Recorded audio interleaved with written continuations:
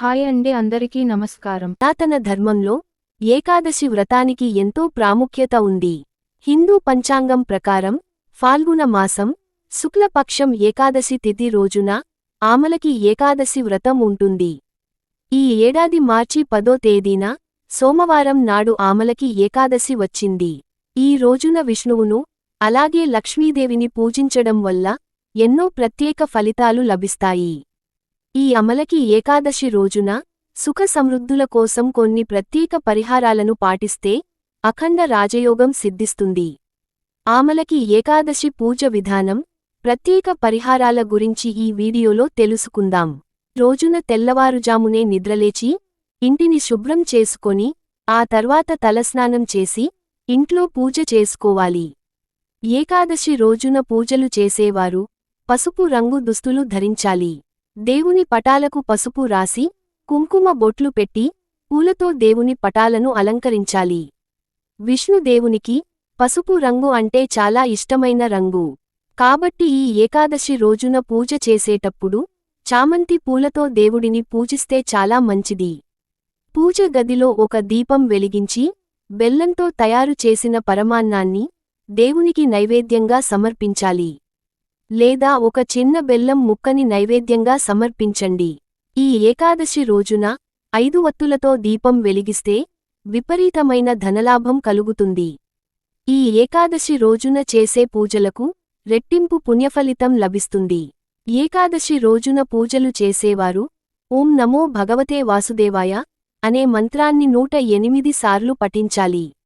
ఈ మంత్రాన్ని జపిస్తే మీ జీవితంలో ఉన్న కష్టాలన్నీ తొలగిపోతాయి. ఏకాదశి రోజున ఉపవాసం ఉంటే చాలా మంచిది.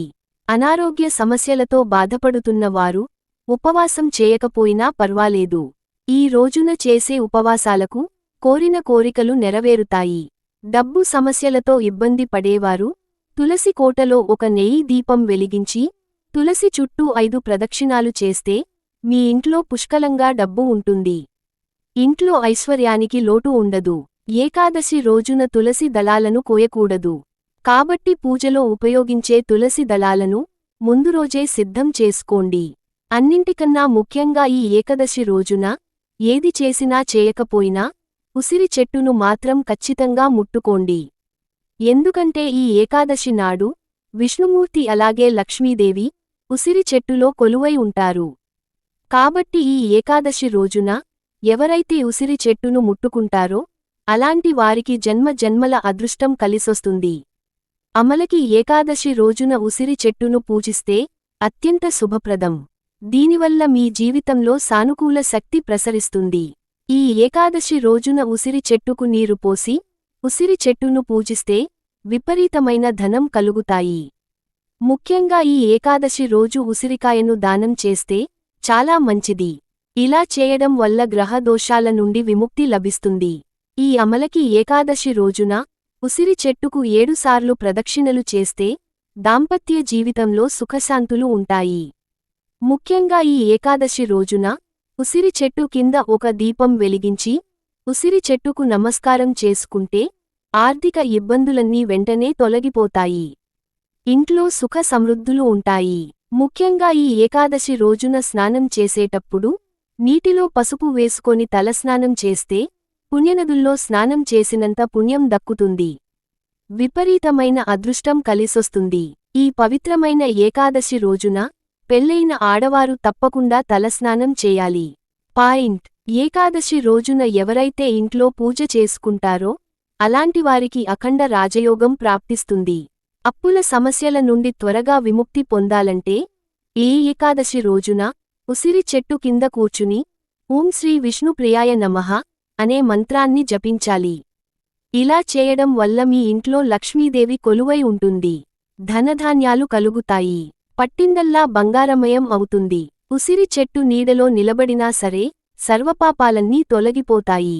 అన్నిటికన్నా ముఖ్యంగా ఈ ఏకాదశి రోజున పూజలు చేసేవారు వెంకటేశ్వర స్వామి పటానికి తులసిమాలను సమర్పించి స్వామివారికి నమస్కారం చేసుకుంటే మీ మనసులో ఏది కోరుకున్నా సరే అది వెంటనే నెరవేరుతుంది. ఈ ఏకాదశి రోజున మీ ఇంటికి ఉసిరి మొక్కను తెచ్చుకుంటే మీ ఇంట్లోకి లక్ష్మీదేవిని ఆహ్వానించినట్టే. అలాగే జిల్లెడు మొక్కని వినాయకుని మొక్కగా పరిగణిస్తారు. ఏకాదశి రోజున జిల్లెడు మొక్కకు పసుపు నీళ్లు పోస్తే త్వరగా వివాహం కుదురుతుంది. ఈ శక్తివంతమైన ఏకాదశి రోజున ఇంటి ముందు ఉప్పు మూట కడితే మీ ఇంట్లోకి లక్ష్మీదేవి అడుగు పెడుతుంది.